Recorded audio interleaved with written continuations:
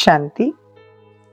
इस मार्च की मुरली है ज्ञान के सागर, आनंद के सागर।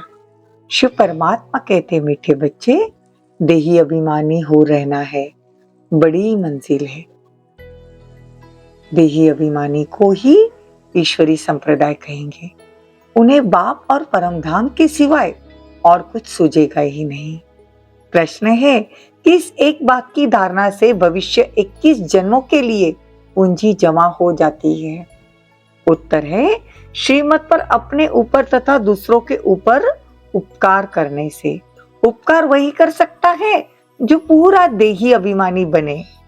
जिसकी बुद्धि शुद्ध हो, देह अभिमान में आने से अपकार हो जाता है और जमा हुई पूंजी खत्म हो जाती है, घाटा पड़ जाता है।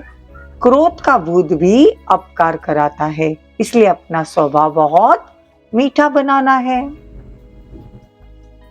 गीत है, यह कौन आया। ओम शांति।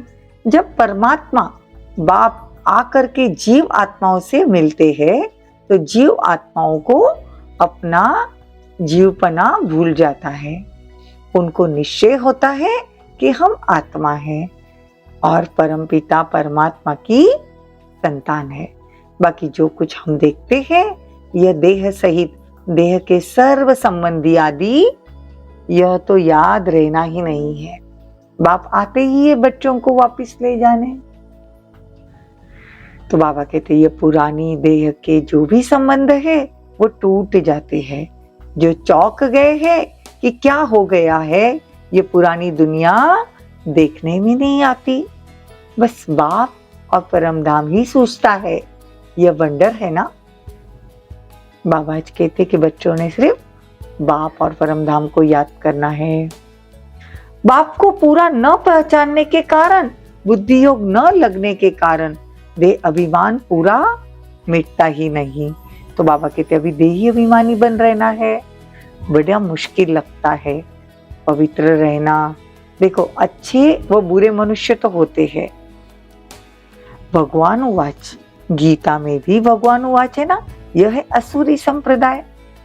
भगवान ने क्यों कहा कि तुम बंदर मिसल हो, अपनी शक्ल तो आईने में देखो। भगवान को जानते ही नहीं, ढूंढते रहते हैं। इसीलिए मनुष्य को ही भगवान मिलना चाहिए। ढूंढते हैं परंतु मिलते नहीं। तो जब भगवान आए हैं तब आकर अपना परिचय दे। भगवान आए हैं तब आकर अपना परिचय दे। कहते मैं रुद्र हूं, मुझ रुद्र से यह ज्ञान यज्ञ रचा है। देखो कृष्ण ने तो ज्ञान यज्ञ रचा नहीं, तो यह तुम बच्चे ही जानते हो। बाकी तो सब मनुष्य मात्र आयरन एजेड है, मुख से पत्थर ही निकालते हैं, झूठ बोलते हैं ना। तो झूठ बोलने वालों के लिए कहते इनका मुंह काला है। तो तुम जानते हो मंदिर लायक देवी देवता ही बनते हैं, उन्हों के लिए ही मंदिर बनाया जाता है। सतयुग में तो सारी दुनिया को शिवालय कहा जाता है। सभी मंदिर में रहते हैं, सृष्टि ही पवित्र बन जाती है तो विश्व शिवालय बन जाता है। यथा राजा रानी तथा प्रजा सब पवित्र। तो कोई को बड़ा युक्ति से समझाना होता है। बाबा कहते ये सब बाबा की बातें सबको युक्ति से समझाओ। देखो चूहा काटता भी है ना, फिर भी फूंक देता है, उसमें भी अकल है। देखो चूहा काटता है ना तो भी पता नहीं चलता जब काटता है तो। क्यों? क्योंकि वो पहले फूंकता है, उसमें भी अकल है। इतना सा मच्छर भी काटता है तो हम तुरंत उसको मारते हैं, लेकिन इतना बड़ा अगर चूहा काट जाता है फिर भी पता क्यों नहीं चलता? क्योंकि वो फूंकता है, उसमें भी अक्ल है। तो अगर बाबा का परिचय देना है, विश्व की सब बादशाही दुनिया वालों के सामने रखनी है, देवी देवता पद के बारे में, सृष्टि चक्र के बारे में, तो बाबा कहते बड़ी अक्ल होनी चाहिए। गृहस्थ व्यवहार में रहते राजयोग सीख स्वर्ग का मालिक बनना होता है। कभी सुना है? कहेंगे ये तो बात कोई शास्त्र में है ही नहीं। बाबा कहते हैं शास्त्रों में तो बाप के बदले बेटे का नाम डाल दिया है। तो शास्त्र में तो ये बातें है ही नहीं। परमात्मा खुद आते हैं अपना परिचय देने। बाबा कहते हैं तुमको घर बार नहीं छोड़ना है, प्रवृत्ति मार्ग है ना, तुमने प्रवृत्ति मार्ग में रहते हुए 5 विकारों का संन्यास किया है। हम कर रहे हैं, हमको मदद मिल रही है परमात्मा की। ऐसे ग्रस्त व्यवहार में रहते 5 विकारों का संन्यास करने से हम स्वर्ग के मालिक बनेंगे। प्रवृत्ति में रहते कमल फूल समान पवित्र बनाते हैं। तुम कहते हो आग और कपूस इकट्ठे नहीं रह सकते, परंतु यहाँ तो रहते हैं, क्योंकि परमात्मा की मदद है ना। तो ऐसे ऐसे रात दिन बाबा का विचार सागर मंथन चलता है। अनेक प्रकार के विचार चलते हैं, कितने विघ्न पड़ते हैं। बाबा कहते हैं ख्याल करते करते रात से सुबह हो जाएगी, इसलिए गाया जाता है नींद को जीतने वाले बनो। बाबा को कभी कभी तो नींद ही नहीं आती है। बच्चों को विश्व का मालिक बनाना है तो इतना फिक्र रहता है। तुम बच्चों को भी इतना फिक्र रहना चाहिए कि हम श्रीमत पर कहाँ तक चलते हैं। बाप दादा संग हम बच्चों को ही कंधा देते हैं ना, सारी पुरानी दुनिया को रवाना करना है। बाबा आया ही इसलिए है। अच्छा, मीठे मीठे सिकिलदे बच्चों प्रति माता पिता बाप दादा का याद प्यार और गुड मॉर्निंग। रूहानी बाप की रूहानी बच्चों को नमस्ते।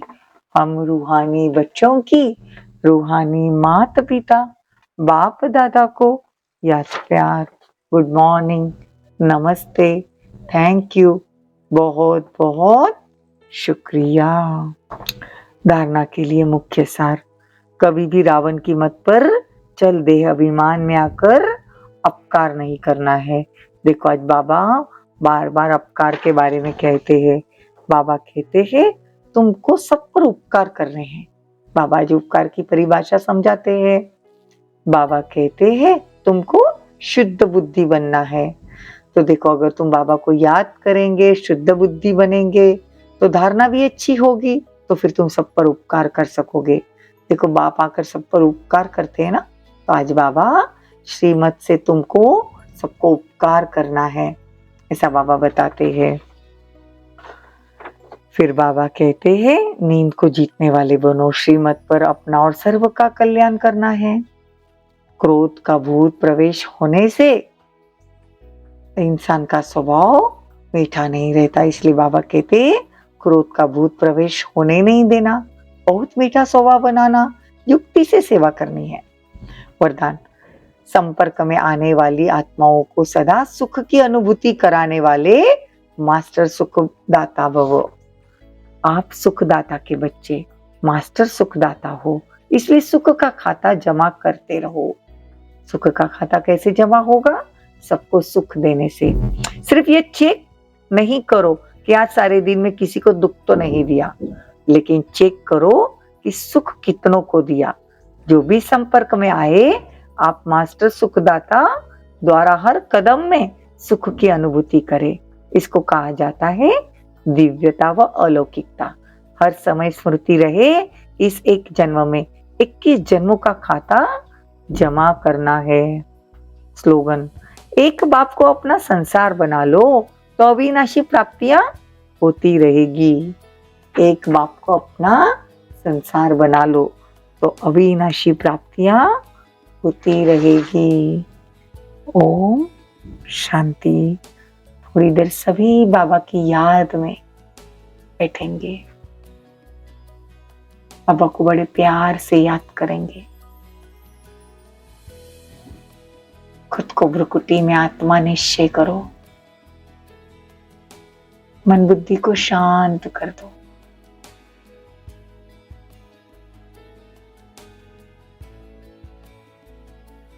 मैं आत्मा भ्रुकुटी सिंहासन पर विराजमान हूं। मुझ आत्मा से शक्तियों की किरणें निकल रही है।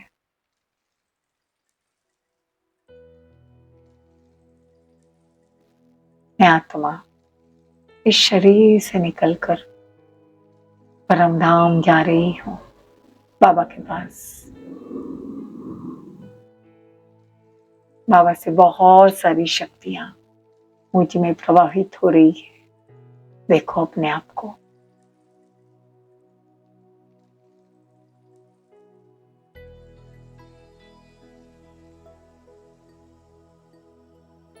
अब मैं आत्मा परमात्मा से शक्तियां लेकर वापस चली अपने स्थूल देह की ओर।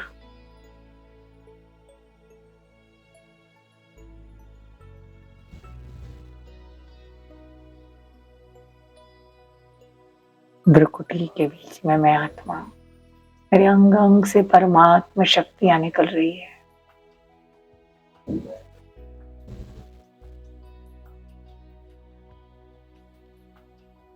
ओम शांति।